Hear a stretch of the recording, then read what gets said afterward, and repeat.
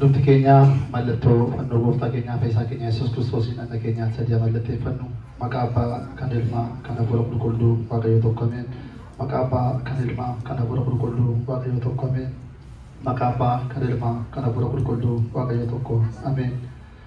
Kabajamoo abbaa keenyaa luba Saamu'eel akkasuma obboloota koo daakunoota abbooliin harmooliin qeerroof qarreen maatiin Waaqayyoo maatiin Fayyisaa addunyaa akkasumallee karaa sooshaal miidiyaallee warroonni du'achaa jirtan bakka jirtanitti nagaan Waaqayyoo isiniif haa baay'atu. Akkam bultanii akkam turtanii akkam ooltanii maqaan Waaqayyoo abbaa keenyaa har'as boris kan galateeffameef kan eebbifamee nuuf haa ta'u. Akkasuma maqaa isaa baafnaa maqaa ishee kan hin daganne haadha keenyaa dubaroo Maariyaam kan galateeffamteef kan eebbifamtee nuuf haa taatu. Hundumti keessanii baga geessanii akkamis oolu nulfata ammummannaatu baay'ata moo maaltu baay'ata nama dadhabsiisa moo eegaa yeroo duraa wanti hundumtuu nulfaata yeroo hojii tokko dhaqanii eegalan illee amma hojii sanatti baranitti baay'ee namatti cimaa jechuudha baay'ee cimaa. Egaa Waaqayyo wajjin taanaanii wanti hundumtuu badaan isaaf qal'oodha jechuudha. Iyyeen egaa akkuma beekamu guyyaa irraa kadhannaa kidaaniitiin isaa qanneerraa egaa hundumti keessan irratti argamtaniittu eebba Waaqayyoo fudhattaniittu maqaan Waaqayyoo ulfaatu. Akkuma beekamu egaa mana keessaa yookaan immoo faarfannaa tokko faarfannee gara faarfattootaatti dabarra jechuudha. Isa dura garuu torban darbee warra yookaan immoo hin bu'e jennee barattaniittu wangeela keessa jechuudha. Harri maaliidha? Guyyaan har'aa maaliidha? Torban kuni maqaa qaba. Maaliif akkas jedhamee kan jedhamu hiikas qaba jechuudha. Harri maaliidha? Harri maaliidha? Harri sanbata guddaadha kan jedhu.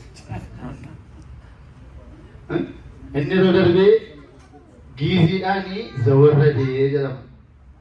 Yookaan immoo hin bu'ee jedhama Oromiffaanii abbaan keenya isin barsiisaniiru, teeksisaa isinii kennaniiru. Amma hunduma isaa yoo gadi buusanii himanii turanii egaa gubataa marqaa hubataa argaa jedhan malee gubataa ta'uusaa hin hubanne jechuudha. Kanaaf guyyaan har'aa immoo qiddisti yookaan immoo qulqulleettii jedhama. Egaa wanta argadhe tokkorraan isinii hiraa isin irraanfatinaa seefii godhaa jechuudha. Qulqulleettii maaliif jedhamte jedhama. Tsooma guddaa torbee lammaffaatti qulqulleettii jechuun kan qulqulloofte kan eebbifamte jechuudha. Soomni qulqulluu labsii walga'ii qulqullaa'aas waamaa jaarsoliidhaaf warra biyyicha keessa jiraatan hundumaa mana Waaqayyoo gooftaa keessaniitti walitti qabaatii gara Waaqayyootti iyyaa. Yohaannis 1:14 jedhee afaan Iyyu'eeliin akkuma dubbatee sooma Waaqayyoo gooftaa qulqulluun soomee waan taateef qulqulleettii jedhamti. Akkasumas qormaata daabiloos injifachuuf magaalaa qulqulleettii fi fixee mana qulqullummaa irraa guyyaa itti dubbate ta'uu isheetiin jedha. Maatiyos 4:5 Yohaannis 10:22-23. Namni hundumtuu soomee akka Waaqa uumaa isaa qormaata injifatee ulfinaa fi kabaja in argata. Qulqulleettii gidduu gala mana kiristaanaa kutaa lammaffaa maqidasii fi qinee maayileetii bakka kadhannaa uummataa bakka itti luboonni foonii fi dhiigasaa dhiyeessanidha. Iddoo aarsaa sanaa golgicha fuula dura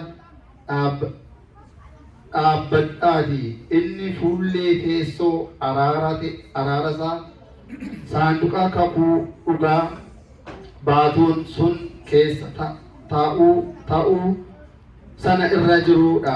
Anis achitti isinin argaa jedha. Seera ba'uu 36 yookaan Ibroota 9:2 jechuudha. Qulqulleettiin qulqulloota caalaa kan qulqulloofte eebbifamte kan kabajaman caalaa kan kabajamte maqdasii ooriitii dhuma 20 qulqulloota kan jedhamanii maqdasii fi qilee maayileetiin dhuma 40dha jedha kun mana qulqullummaa isaan keessatti hojjechuudha. Guyyaa sanbata qulqulleettii Waaqayyoo guyyaa ishee torbaffaa ni eebbise. Seera uumamaa 2:3 jechuudha.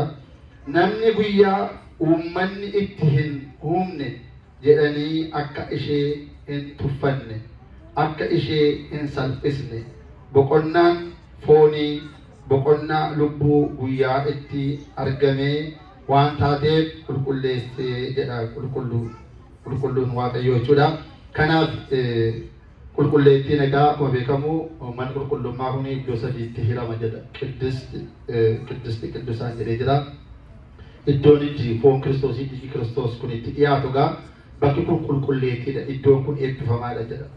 Lafti taabotii Waaqayyoo kakuun Kiristoos jiru immoo achirratti isin haasofsiisaa jedha kan Kiristoosii. Kanaaf manni kun yeroo inni wal'innu mana Waaqayyooti jechuudha.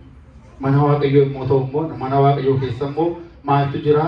Nagaatu jira, eebbatu jira, araaratu jira.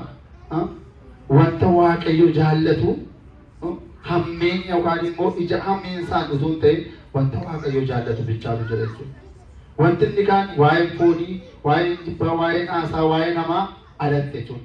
Yeroo mana kana keessa dhufanii ol lixanii maqaa Abbaa, kan Ilmaa, kan Hafuura Qulqulluu, Sada Waaqa tokko immoo jedhanii seexanni meetira 40 namarraa fagaatteedha.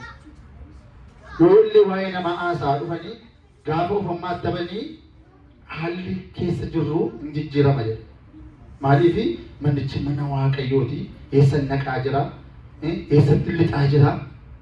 Maalin dhaqee buufadhachi bu'aan koo maalidha jennee mudeemnu yeroo ofammaatti dhabnu seexanni meetira 40 namarraa fagaatteedha. Yeroo sanatti ergamoonni Waaqayyoo baallee isaanii kochoo isaanii qopheessanii simatu. Yoo abbaan sun tibiitiidhaan yookaan immoo of tuulummaadhaan akka barbaade burraaqee maal jedhee yeroo suma yookaan miilla jedha wayyoo dudda godha kuta akka koo mataa koo jedha homma tokko godha jechuudha qormaa ta'u itti dhiyaata jechuudha. Kanaaf yeroo mana Waaqayyoo dhaqanii sodaan Waaqayyootiin kabaja Waaqayyootiin gadi jedhanii gad of qabanii mana Waaqayyoo seenanii Waaqayyoo ofii galateeffatu jechuudha. Waaqayyoo hunduma keenyaa wajjin haa ta'u. Egaa faarfannaa tokko mana keessaa faarfannee kabaroon hin jiru akkuma beekamu irraa gara sagantaa faarfattootaatti ceena jechuudha. Ishi galata Waaqayyoo.